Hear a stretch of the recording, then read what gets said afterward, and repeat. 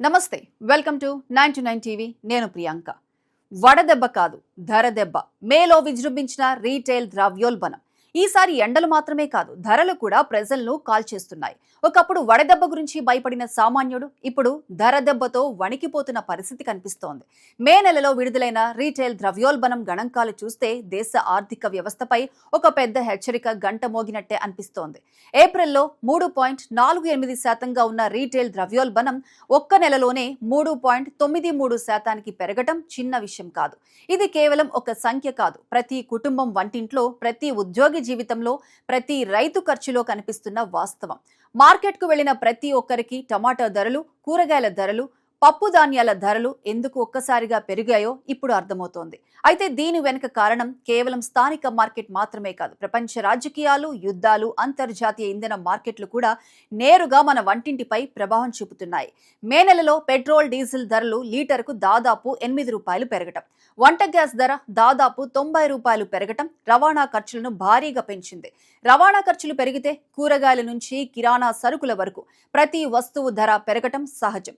ఆర్థిక నిపుణుల అంచనా ప్రకారం ఇంధన ధరల పెరుగుదల ఒక్కటే ద్రవ్యోల్బణానికి 36 బేసిస్ పాయింట్లు పెంచింది. అంటే మనం చెల్లిస్తున్న ప్రతి అదనపు రూపాయి వెనుక పెట్రోల్ బంక్ ప్రభావం కూడా ఉంది. ఇక్కడ మరో పెద్ద అంశం ఆహార ద్రవ్యోల్బణం. ఏప్రిల్లో 42% ఉన్న ఆహార ద్రవ్యోల్బణం మేలో 4.78% చేరింది. ఇది భవిష్యత్తుకు మరింత ఆందోళన కలిగించే విషయం. ఎందుకంటే భారతదేశ వ్యవసాయం ఇప్పటికీ భారీగా వర్షాలపై ఆధారపడి ఉంది. ఈ ఏడాది వర్షాలు సరిగా లేకపోతే పంట దిగుబడులు తగ్గిపోతాయి. పంటలు తగ్గితే ఆహార పదార్థాల ధరలు మరింత పెరుగుతాయి. అప్పటికే పెరుగుతున్న ద్రవ్యోల్బణానికి ఇది మరింత మంటలు పెడుతోంది. అందుకే రిజర్వ్ బ్యాంక్ కూడా 2026-27 సంవత్సరానికి ద్రవ్యోల్బణ అంచనాలను 5.1% పెంచింది. ఒకవేళ వర్షాభావ పరిస్థితులు ఏర్పడితే ఈ అంచనాలు కూడా దాటిపోయే ప్రమాదం ఉందని నిపుణులు హెచ్చరిస్తున్నారు. ఇప్పుడు దేశీయ పరిస్థితులతో పాటు అంతర్జాతీయ పరిణామాలు కూడా పరిస్థితిని మరింత క్లిష్టం చేస్తున్నాయి. ముఖ్యంగా అమెరికా, ఇరాన్ ఉద్రిక్తతలు, మధ్యప్రాచ్య ప్రాంతంలో పెరుగుతున్న యుద్ధ వాతావరణం ప్రపంచ చమురు మార్కెట్ను కుదిపేస్తోంది.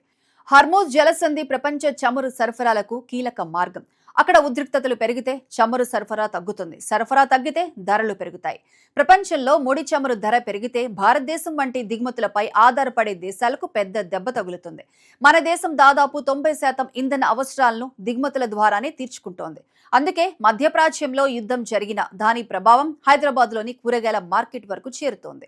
ఇక తెలంగాణ పరిస్థితి మరింత ఆందోళనకరంగా ఉంది. దేశవ్యాప్తంగా రీటైల్ ద్రవ్యోల్బణం 3.93% ఉండగా తెలంగాణలో అది 6.15% చేరింది. అంటే జాతీయ సగటుతో పోలిస్తే దాదాపు రెట్టింపు స్థాయిలో ఉంది.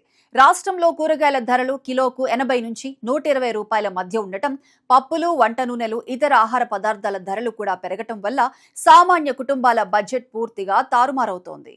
నెల జీతంతో గడిపే మధ్యతరగతి కుటుంబాలు ఇప్పుడు ప్రతి ఖర్చును లెక్క వేసుకోవాల్సిన పరిస్థితి ఏర్పడింది. ఒకప్పుడు మార్కెట్కు వెళ్తే సంచులు నిండేవి. ఇప్పుడు అదే డబ్బుతో సగం సరుకే వస్తోంది. ఈ మొత్తం పరిస్థితిని చూస్తే ద్రవ్యోల్బణం అనేది కేవలం ఆర్థిక పదం కాదని స్పష్టమవుతోంది. అది ప్రతి కుటుంబ భోజన పళ్లెంలో కనిపించే వాస్తవం. ఒకవైపు పెరుగుతున్న ఇంధన ధరలు, మరోవైపు ఆహార ధరలు, ఇంకోవైపు అంతర్జాతీయ యుద్ధాల ప్రభావం. ఈ మూడు కలిసి ప్రజల జీవన వ్యయాన్ని పెంచుతున్నాయి. రాబోయే నెలలో వర్షాలు ఎలా ఉంటాయి, మధ్యప్రాచ్య పరిస్థితులు ఎలా మారతాయి, చమురు ధరలు ఎటు వెళ్తాయి అనే అంశాలపైనే భారత ఆర్థిక వ్యవస్థ తదుపరి దిశ ఆధారపడి ఉంటుంది. అందుకే నేడు సామాన్యుడి పెద్ద భయం వడదెబ్బ కాదు, ధర దెబ్బ.